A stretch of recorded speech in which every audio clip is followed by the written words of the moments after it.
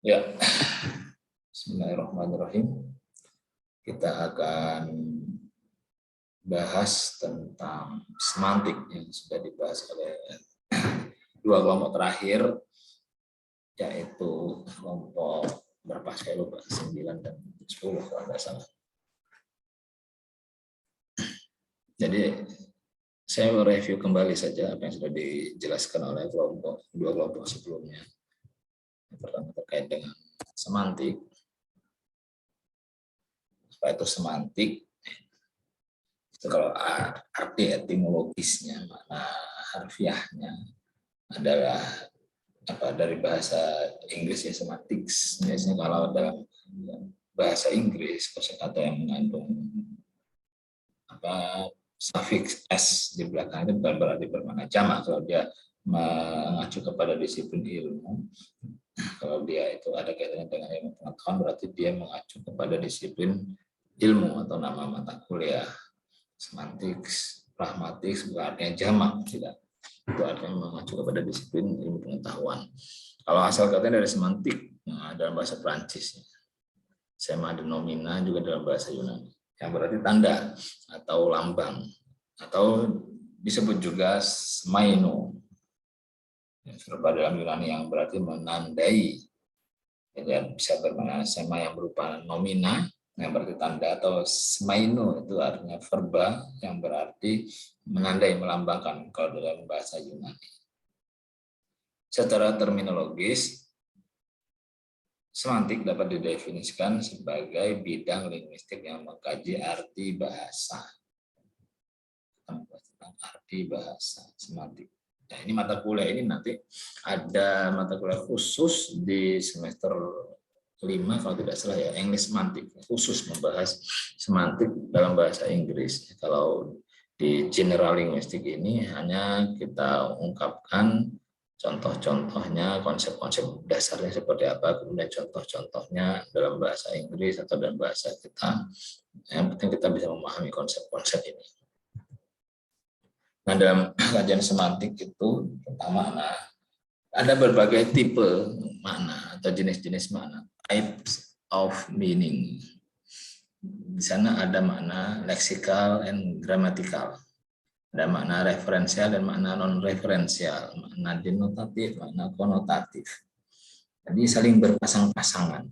Kemarin ada yang menanyakan itu di awal, apa bedanya makna leksikal, makna referensial, makna denotatif, makna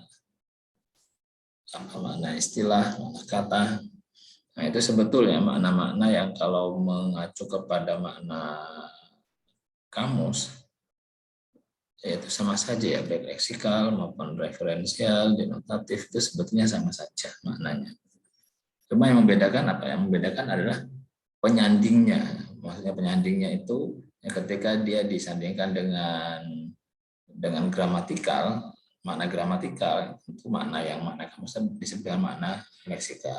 Ketika dia disandingkan dengan makna non-referensial, berarti makna yang sesuai dengan makna kamus itu makna referensial.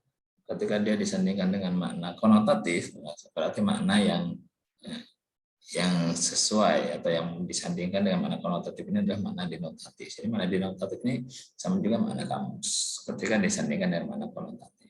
Nah, seperti contoh inilah, misalnya the lexical meaning, the mice killed by the cat. Nah, di sini baik mice maupun cat ini adalah makna-makna atau kata-kata yang memiliki makna kata ya, makna kamus. Tikus itu adalah binatang kotor yang ada di got dan sebagainya. Kucing itu binatang yang ada di rumah, binatang rumahan umumnya ya, umumnya binatang rumahan. Lalu dia menyusui, pemakan karnivora. Ya, ini kan makna yang memiliki ada makna leksikalnya. Tapi kalau kita misal dengan suffix atau prefix seperti ini disebut dengan suffix re, itu kan sebetulnya tidak ada makna dia kalau belum digabungkan dengan huruf dengan kata setelahnya. Kalau ini kan dia akan bermakna orang yang melakukan, reader atau refill, ini bermakna kembali. Tapi dia akan bermakna kembali atau ini akan bermakna pelaku ketika dia sudah bersatu dengan morfem sebelumnya.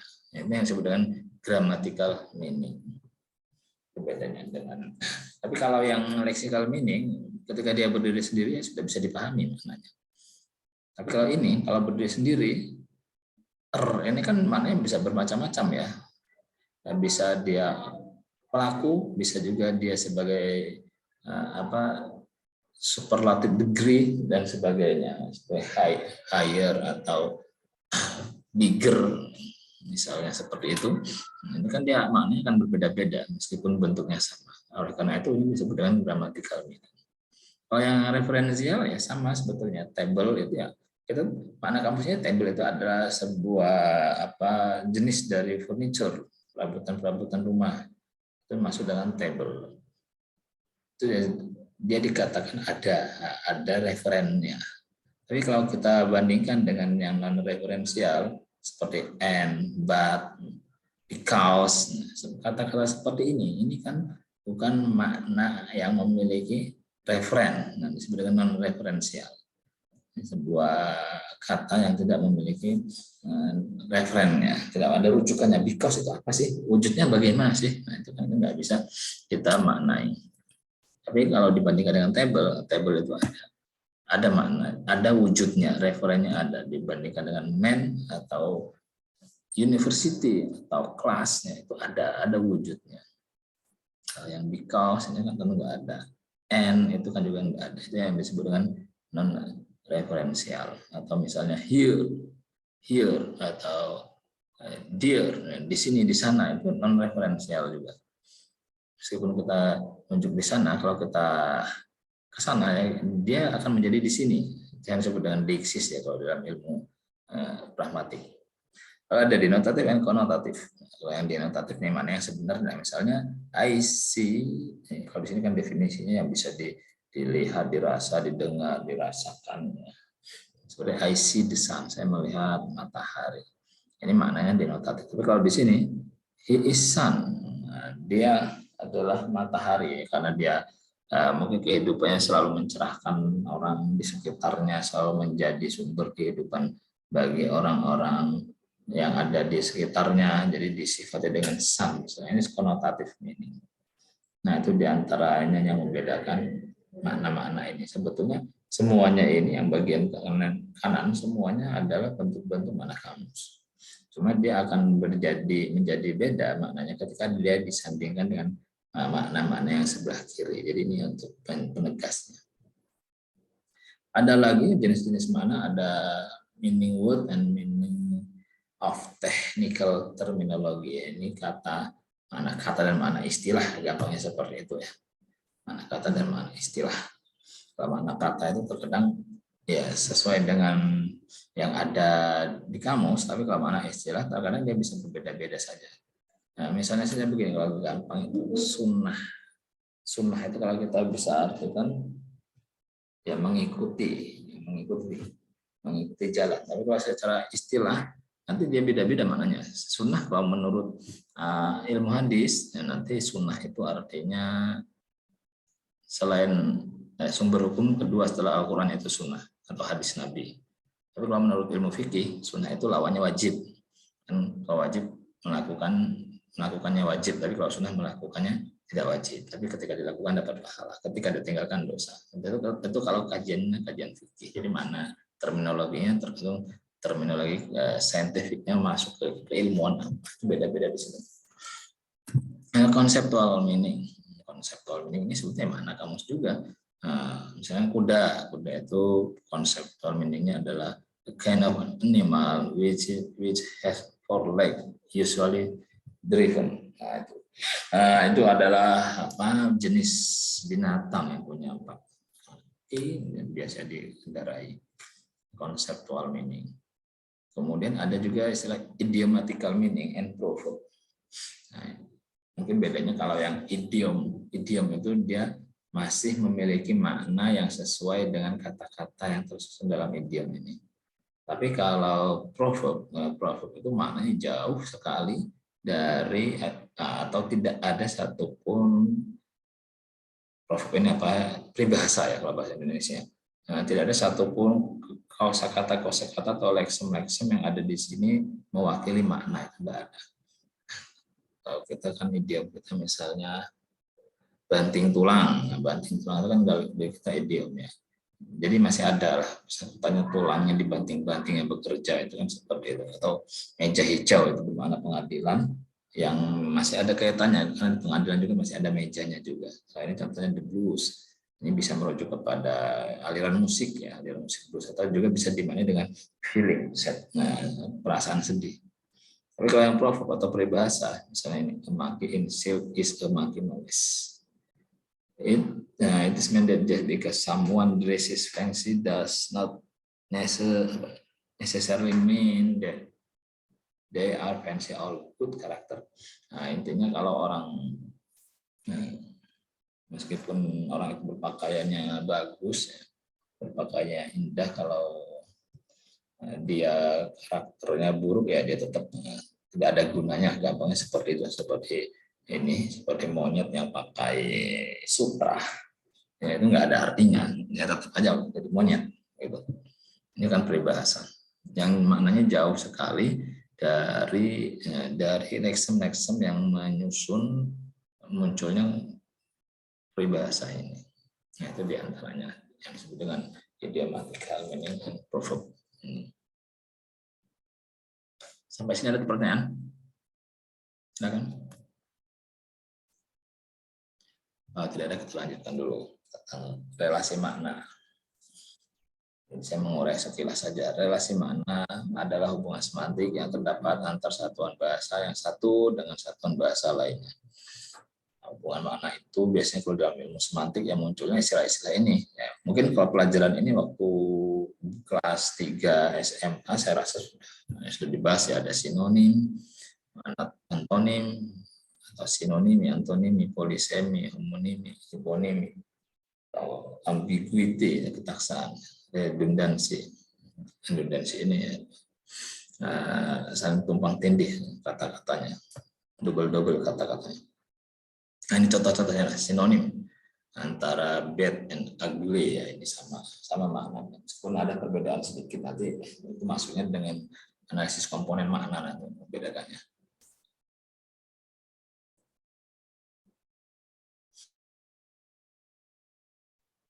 Kemudian antonim, ada good and bad, tentunya kebalikannya, ada big and small. Jenis-jenis antonim itu nanti kalau dilihat Abdul Khair itu jelas banyak antonimnya. Sebagian saja antonim yang tidak terarah dan sebagainya. Lalu ada juga istilah hiponim. Homopon ya, homogram. Di sini kita lihat kalau homopon ini secara tidak kebetulan, jadi tidak kebetulan sama baik pengucapannya maupun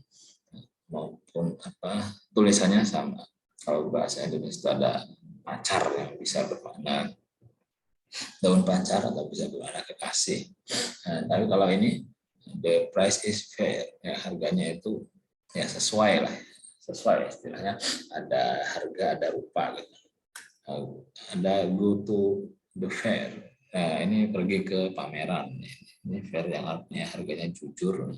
Ini harganya sesuai. Nah, ini fairnya yang artinya pameran. Sama konsepnya, tulisannya sama, pengucapannya juga sama. Itu homonim. Ada juga yang istilahnya dia samanya hanya di font, di bunyinya saja. Meskipun tulisannya sama, tulisannya berbeda. Namun orang Inggris sering menyebutnya sama bunyinya. Kan homopon yang bunyinya sama. Hear, yang mendengar, hear, yang artinya di sini. Ada juga yang tulisannya sama, cuma tetapi cara menuturkannya, fontnya itu berbeda. Seperti ini, wind yang maknanya angin. Lalu ini kan lambang fonetis, lambang pengucapan. Wine itu maknanya belok atau lingkaran, itu disebut homogram. Contoh bahasa Indonesia banyak juga di buku-buku Abdul Khair. Lalu ada juga hiponim dan hipernim. Hiponim ini berarti yang terkecil, yang sifatnya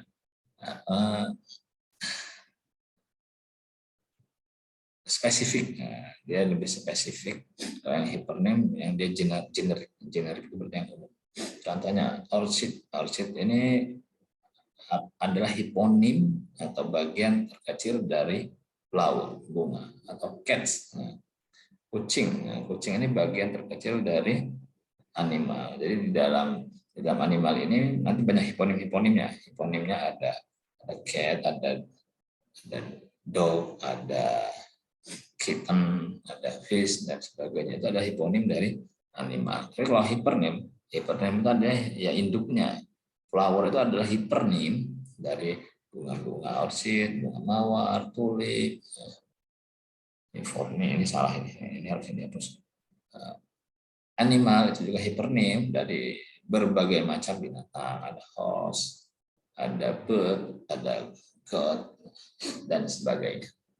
Nah, jadi itu benarnya hiponim dan hiponim. Ini pembahasan tentang relation of meaning atau relasi makna seperti ini. Kemudian kita bisa lihat lagi pembahasan tentang masih relation of meaning. Misalnya polisemi yang kosakatanya satu, tapi dia bisa memiliki makna banyak. Polisemi, maknanya banyak.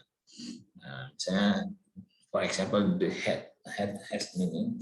Kepala itu punya makna banyak. Bagian dari tubuh, from the neck up ya, dari leher ke atas itu kepala. Atau juga di sini porsi yang bisa jadi atasan sebuah yayasan, sebuah lembaga, bagian terpenting dari sebuah kalau di sini portion of which is adjacent to the top or front of an important, bagian terpenting dari sesuatu. Atau juga head of the table, bagian atas meja, and head of the train, bagian depannya kereta. Itu disitu juga disebut dengan head. Banyak sekali makna head. Ada kepala jarum, ada kepala suku, kepala pondok dan sebagainya. Namun ada juga yang maknanya head, ya, bagian anggota tubuh. Ada juga yang ambiguity, makna itu bisa memiliki ambiguitas, ketaksaan tadi. Misalnya contoh, the chicken is ready to eat. Ini maknanya ambigu. Yang bisa jadi ayamnya ini yang siap dimakan, atau bisa jadi ayamnya ini siap makan. Nah, siap makan, makanan yang ada di hadapannya. The chicken is ready to eat. Ayam ini siap makan, atau ayam ini siap untuk dimakan. Jadi ini ambigu, ada kata-kata ambigu dalam bahasa Inggris atau dalam bahasa Indonesia, seperti istri Pak dosen baru. Nah, itu yang baru itu istrinya atau Pak dosennya, itu kan ambigu. Nanti yang bisa membedakan adalah koma itu atau cara penuturannya. Tapi kalau masih dalam bahasa tulis seperti tadi, bahasa tulis istri Pak dosen baru, itu agak sulit memahaminya. Lalu ada istilah redundansi, ini penumpukan, pemborosan kata. Misalnya, if all of us cooperate together, we will success. Nah, ini kan jika semua kita bekerja sama bersama, ini kan ada pemborosan. Sebetulnya if all of us cooperate, ya itu saja, together, bersama, ya sudah, itu sudah cukup. Ini ada redundansi makna di sini antara corporate dan together. Oke, selanjutnya kita masuk ke medan makna. Medan makna itu setelahnya semantik domain atau semantik file atau medan leksikal. Ini adalah seperangkat unsur leksikal yang maknanya saling berhubungan karena menggambarkan bagian dari bidang kebudayaan atau realitas dalam alam semesta tertentu. Misalnya begini, nama-nama warna tadi disebutkan, untuk untuk suku-suku tertentu ada yang nama warna-warnanya hanya sedikit, ada 4 macam. Ada yang tidak bisa membedakan mana warna hijau dan warna biru, itu kan biasanya kalau teman-teman yang Madura. Tapi kalau yang Madura yang sudah senior yang sepuh mbah-mbahnya, Nah, kalian yang di Madura sana itu mungkin tidak bisa istilahnya apa, hijau daun, ada biru daun dan biru langit gitu, katanya seperti itu. Kalau biru daun itu artinya ya hijau, tapi kalau biru langit artinya biru. Nama-nama perabot rumah tangga, nama perkerabatan ini yang unik nih, biasanya di berbagai negara itu bisa berbeda-beda. Seperti misalnya kalau di Jawa ada istilahnya pakde, pakle. Tapi kalau Indonesia secara umum ya sudah hanya paman saja. Jadi paman itu bisa pakde, bisa pakle. Nanti konsekuensinya apa? Kalau di Jawa, kalau pakde, ya berarti kita harus menghormati anaknya Pak D itu, meskipun anaknya Pak D itu masih bayi. Kalau kalian dan kalian sudah misalnya sudah 15 tahun, 18 tahun, 20 tahun, tapi ya Pak D-nya punya anak lagi, ya budinya punya anak melahirkan lagi. Nah itu kalian wajib memanggil anaknya Pak D itu, anaknya Bude itu sebagai kak, mas, karena anaknya Pak D itu berimplikasinya ke sana. Meskipun anaknya Pak D itu masih kecil. Beda dengan di Arab ya, kalau Arab Saudi itu, bukan Arab Saudi ya, semua bangsa Arab, mereka punya sebutan khusus untuk paman. Jadi perbedaannya, kalau itu saudaranya ibu disebut dengan amun, kalau dia saudaranya ibu disebut dengan khalun, kalau dia saudaranya ayah itu disebut dengan amun. Jadi ada bedanya saudara ayah dan saudara ibu.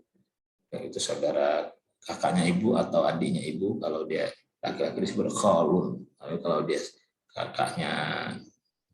kakaknya ayah atau adiknya ayah, kalau dia laki-laki amun. Itu bedanya. Nah, itu implikasinya apa? Implikasinya pada masalah fikih, pada masalah perwalian nikah. Yang boleh menjadi wali nikah itu adalah paman dari bapak amun. Yang amun itu masuk kategori amun. Itu Pak Ade atau Pak Li. Kalau dia dari bapak jalurnya namanya amun, itu boleh jadi wali nikah. Tapi kalau yang kholun, paman dari ibu atau Pak D dari ibu, Pak D maupun Pak Li dari ibu, yang disebut dengan kholun, itu tidak bisa menjadi wali dari nikahnya. Jadi nama-nama perkerabatan ini berpengaruh juga di dalam ketentuan fikih dalam agama tertentu, Islam khususnya tadi. Oke, kita lihat komponen makna. Komponen makna atau komponen semantik mengajarkan bahwa setiap kata atau unsur leksikal terdiri dari satu atau beberapa unsur yang bersama-sama membentuk makna kata atau makna unsur leksikal tersebut. Misalnya kata ayah dan ibu ini mengandung komponen makna atau unsur makna sebagai berikut. Nah, kita lihat, jadi kalau membahas tentang komponen makna, ayah dilihat dari insan, manusia atau bukan, plus berarti ya, ibu juga iya. Dewasa ya plus, jantan plus di sini minus ibu, karena ibu tidak jantan kan, ibu tentu betina. Kalau dilihat dari status pernikahannya, sudah kawin atau belum, sama-sama sudah menikah tentunya. Nah di sini kita lihat perbedaan makna antara ayah dan ibu hanya pada ciri makna atau komponen makna. Ayah memiliki komponen jantan, sedangkan ibu tidak memiliki makna atau komponen jantan. Itu perbedaan, salah satu cara ini, cara sederhana saja untuk menggunakan analisis komponen makna. Dijejerkan atau dijajarkan dua kata yang hampir mirip tadi, ayah dan ibu. Kemudian kita bisa mengetahui perbedaannya ada di mana. Manfaatnya, analisis komponen makna ini dapat dimanfaatkan untuk mencari perbedaan dari bentuk-bentuk yang bersinonim. Misalnya kata ayah dan bapak, ada dua buah kata yang bersinonim dalam bahasa Indonesia, walaupun bersinonim, tapi ada perbedaan maknanya. Misalnya, komponen makna ayah dan bapak. Ayah manusia, oke, dewasa, sama-sama dewasa. Sapaan kepada orang tua laki-laki, ayah, ya terkadang kita memanggil orang tua kita dengan ayah, atau terkadang kita memanggil orang tua kita dengan bapak. Namun sapaan kepada orang lain yang dihormati, ayah, ya, itu jarang sekali kita, ya, meskipun ada tapi sedikit. Biasanya Ayah ini nggak dipakai untuk orang lain yang tidak kita kenal, kita untuk menghormati ayah jarang. Tapi kalau untuk bapak itu ada. Makanya di sini ada istilah kami menghadap Bapak Presiden di kantornya. Karena untuk Bapak di sini untuk sapaan kepada orang lain yang dihormati. Jarang kita mengatakan atau bahkan tidak ada ya kami menghadap ayah presiden di kantornya, itu kan tidak ada. Jadi ada yang minus di sini untuk komponen ayah. Ya, itu tentang komponen mana. Saya hanya memberi pengayaan saja sedikit. Begitu, silahkan nanti bisa didiskusikan.